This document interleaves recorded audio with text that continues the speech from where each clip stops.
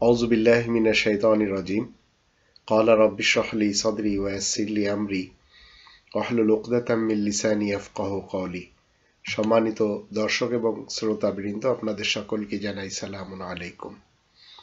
আপনারা আমার হাতে যে গ্রন্থটি দেখছেন, এটা হচ্ছে নাসিবাম মিনাল কিতাব, কোরআনের দৃষ্টিতে আর রাহিকুল মাখতুম, রাসূল কারীমের উসওয়ায়ে হাসানার গ্রন্থ।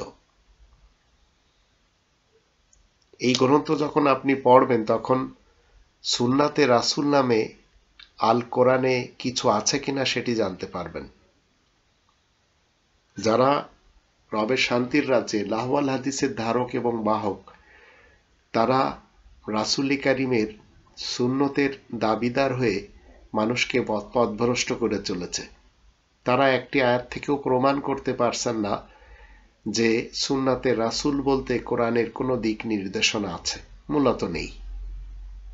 তবে তারা তাদের ফলসফার মাধ্যম দিয়ে মানুষকে পথভ্রষ্ট করে চলেছেন। আর এই লোকগুলি হচ্ছে বিভিন্ন পীর, বক্তা, হুজুর, জামানার ইমাম এবং যারা ধর্মজীবী করে খান। এরা পেঁচিয়ে গুছিয়ে রাসূলের অনুসরণ বলে কোরআনের ওই সকল আয়াতগুলোই মানুষের কাছে তুলে ধরে এবং মনে করে যে এগুলি হচ্ছে তাদের ফলসফার দৃষ্টিতে রাসূলের সুন্নাত। মূলত এই গ্রন্থটি যখন আপনারা পড়বেন তখন বুঝতে পারবেন রাসূল কারীমের কোরআনী চরিত্র কি। রাসূল রেখে গেছেন আমাদের মাঝে কোরআন। তিনি চিরকাল কোরআন প্রচার করেন, আর যে কোরআন তিনি প্রচার করেন সেটি সংরক্ষণের জন্য, হিফাজতের জন্য 15 নম্বর সূরা আল হিজরের 9 নম্বর আয়াত থেকে আমরা জানতে পারি আল্লাহ নিজেই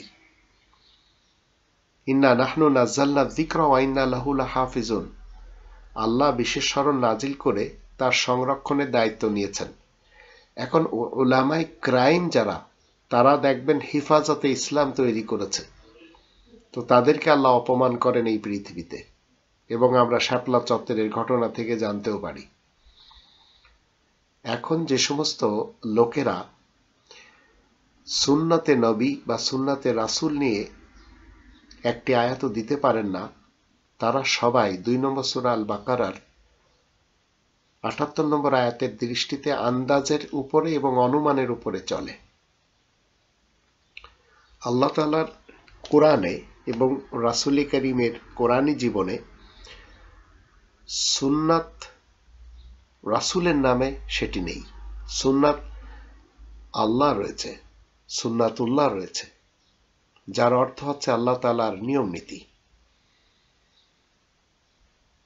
এখন যারা সুন্নাতে রাসূল বা সুন্নাতে নবী বলে যে সমস্ত জিনিসগুলি ইসলামের নামে ফিট করেছে এবং বিভিন্ন সেক্টরে তারা এগুলিকে বসানোর চেষ্টা করে যাচ্ছে, তারা সবাই মূলত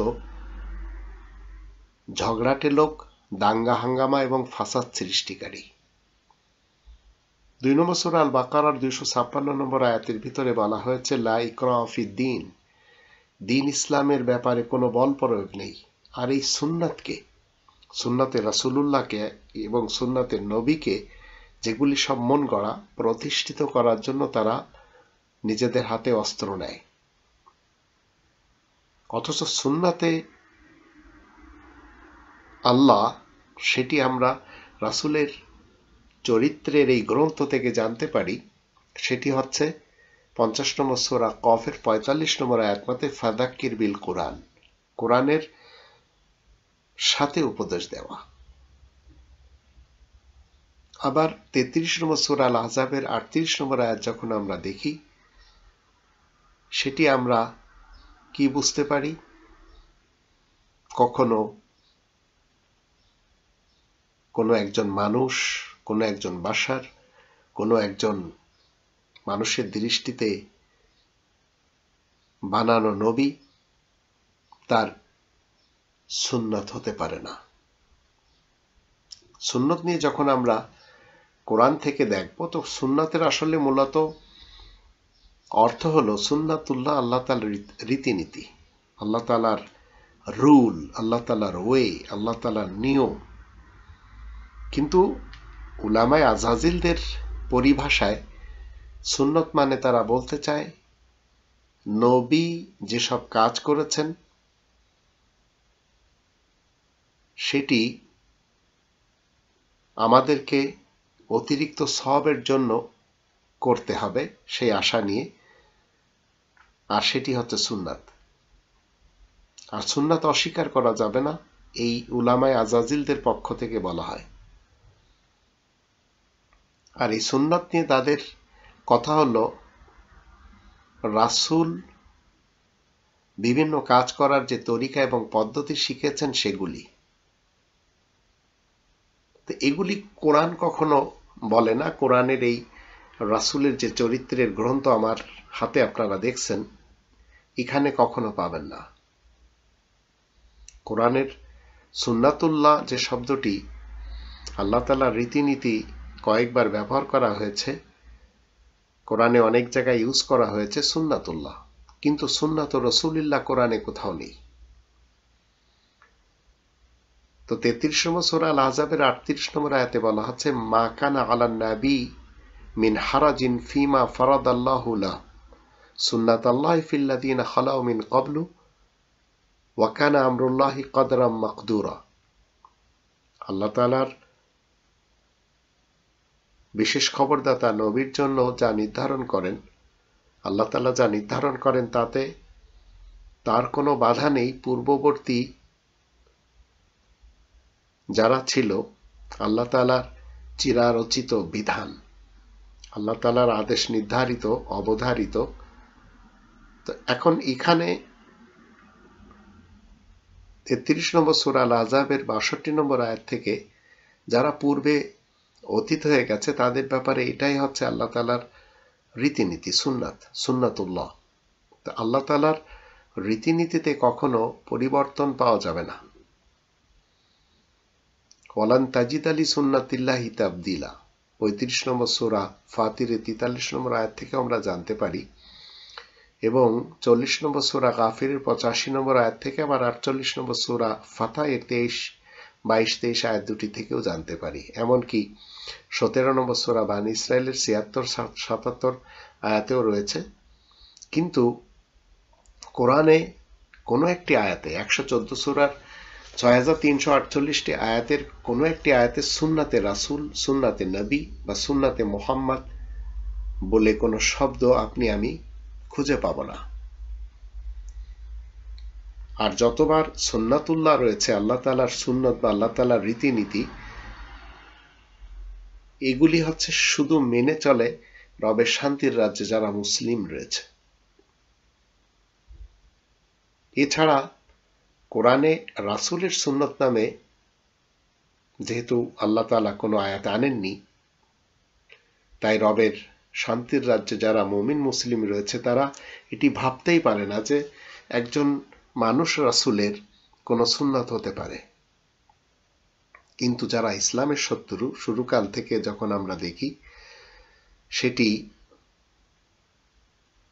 উলামায়ে আজাজিল সমাজ সর্বযুগে তারা নানা রকম উদ্ভট আদেশ নিষেধ এবং কাজকর্ম জায়েজ করার ক্ষেত্রে সুন্নাতে রাসূল নামে নতুন একটি টার্মিনোলজির উদ্ভাবন করে চালিয়ে দিয়েছে এবং চালিয়ে যাচ্ছে। তো এই টার্মিনোলজির যে উদ্ভাবন এবং যাদের দ্বারা করা হয়েছে, তারা কেউ পীর সমাজ গদি নিয়ে বসে আছে, গদ্দিনসীন, আবার কেউ জামানার ইমাম, আবার কেউ ধর্মজীবী মোল্লা এবং বক্তা হুজুর হয়ে তারা মানুষকে সুন্নাতুল্লাহ থেকে দূরে সরিয়ে সুন্নাতে রাসূল নামে তাদের বানানো যে অস্ত্র হাতিয়ার সেদিকে নিয়ে যাচ্ছে। যে সমস্ত মোল্লা সমাজ নিজেদেরকে মুফতি বলে থাকেন, যে ডিগ্রি আমি নিজেও নিয়েছি, এরা সবাই ফতোয়া দেন, কিন্তু আমি দিই না। তো এই ফতোয়া দাতা যারা রয়েছে দেখবেন চটচট করে এরা ফতোয়া দিবে। কেউ আমাদের দেশে ইমাম মেহেদীর আগমনের জন্য ফতোয়া দিয়ে চলেছে, কেউ চাঁদে বা চতুর্থ আকাশে অমুক তমুক রয়েছে, এই ধরনের ফতোয়া দিয়ে চলেছে। কোরআনে 4 নম্বর সূরা আন-নিসার 127 নম্বর আয়াত যখন আমরা পড়ি, আবার 4 নম্বর সূরা আন-নিসার 176 আয়াত যখন পড়ি, সেখানে স্পষ্টভাবে আমরা দেখতে পাই আল্লাহ বলছেন, যখন তোমার নিকট ফতোয়া জানতে কেউ চাইবে তখন তুমি বলে দিবে। এখন এই ফতোয়া ইস্তাফতুনাক, কিন্তু মানুষেরা মুফতি সেজেছে, আর এই মুফতি পড়ানো হয়, যে ডিগ্রি আমি নিজেও নিয়েছি জামে হানাফিয়া থেকে। তো কোরআন থেকে কোনো ব্যক্তি নবীর সুন্নত, রাসূলের সুন্নত বা মোহাম্মদের সুন্নত অথবা আল্লাহর রাসূলদেরকে ফতোয়া দাতা তথা মুফতি হিসেবে একটা আয়াতও দেখাতে পারবে না, আপনিও খুঁজে পাবেন না। যদি কেউ মনে করেন যে আমরা কোরআন থেকে সুন্নাতে মুহাম্মদ, সুন্নাতে নবী বা সুন্নাতে রাসূল দেখাতে পারবো, তাহলে আমি আজ 4 দশক থেকে কোরআনের কথা বলে চলেছি, বাদ দিয়ে দেব। এখন যে সমস্ত মানুষেরা এই টাইটেলগুলো নিয়েছে, যে উপাধিগুলি আমিও নিয়েছি, মুফতি, মুহাদ্দিস, মুফাসসির, এগুলি সব আমিও নিয়েছি, পড়ে নিয়েছি। এছাড়া 37টি ধর্ম আমি চর্চা করেছি। কিন্তু কোরআনের যখন 28 নম্বর সূরা আল কসাসের 85 নম্বর আয়াত পড়ি, তখন সেখানে বলা হচ্ছে, ইন্নাল্লাযী ফারাদা আলাইকাল কোরআন, নিঃসন্দেহে সেই সত্তা তোমার উপরে ফরজ করেছেন আল কোরআনকে। তো আপনাকে আমাকে সুন্নাতুল্লাহ মানতে যে কোরআনের বাহিরে সুন্নাত রাসূলুল্লাহ, সুন্নাত মুহাম্মদ বা সুন্নাত নবী, এটি মানার পক্ষে কোরআনের কোনো দলিল নেই বিধায় মুমিন এবং মুসলিম যখন আপনি আমি হওয়ার দাবিদার, সেই পথে যেতে পারবো না। আর দ্বীন ইসলামে কোনো জোর জবরদস্তি নেই, বল প্রয়োগ নেই। এখন যে সমস্ত ধর্মজীবী মৌলবী সমাজ বা উলামায়ে কেরাম, এরা উসওয়ায়ে রাসূলে আকরামের বিপরীতে মানুষকে ফাজাইলের প্রচারের জন্য, ফয়জানের প্রচারের জন্য, তাবলিগে নিসাবের প্রচারের জন্য, হাদিস এবং ফিকা, উসুল, ইজমা, কিয়াস এবং বিভিন্ন ফলসাফা প্রচারের জন্য উৎসাহ দিয়ে চলেছেন। তারা জানে না 5 নম্বর সূরা আল মায়েদা 67 নম্বর আয়াতে আল্লাহ বলে দিয়েছেন, ইয়া আইয়ুহার রাসূল বাল্লিগ মা উনজিলা ইলাইকা মির রাব্বিক, হে বিশেষ বার্তাবাহক রাসূল, তোমার রবের পক্ষ থেকে তোমার নিকট যা অবতীর্ণ করা হয় তার তাবলীগ করো। তো আমি যদি সেটি না করতে পারি, তাহলে আল্লাহ তাআলার বার্তা প্রচার করা হলো না। অথচ আল্লাহ বলছেন, আল্লাহু ইয়াসিমুকা মিনান নাস, ইয়া আইয়ুহার রাসূলু বাল্লিগ মা উনজিলা ইলাইকা মির রাব্বিক ওয়া ইল্লাম তাফআল ফামা বাল্লাগতা রিসালাতা ওয়াল্লাহু ইয়াসিমুকা মিনান নাস ইন্নাল্লাহা লা ইয়াহদিল কওমাল কাফিরিন। হে রাসূল, তোমার প্রতিপালকের নিকট থেকে তোমার উপরে যা অবতীর্ণ করা হয় তা প্রচার করো, যদি তা না করো তবে তুমি তার বার্তা প্রচার করলে না, আল্লাহ তোমাকে মানুষ হতে রক্ষা করবেন। বস্তুত আল্লাহ আয়াত গোপনকারী কাফেরদেরকে কখনো সৎ পথে পরিচালিত করেন না। তো আপনাকে আমাকে রবের শান্তির রাজ্যে এই উলামায়ে ইবলিস, উলামায়ে সু, উলামায়ে ক্রাইম, উলামায়ে শায়াতিনদেরকে বর্জন করে শুধু কোরআনের তাবলীগ করতে হবে। আর যদি আপনি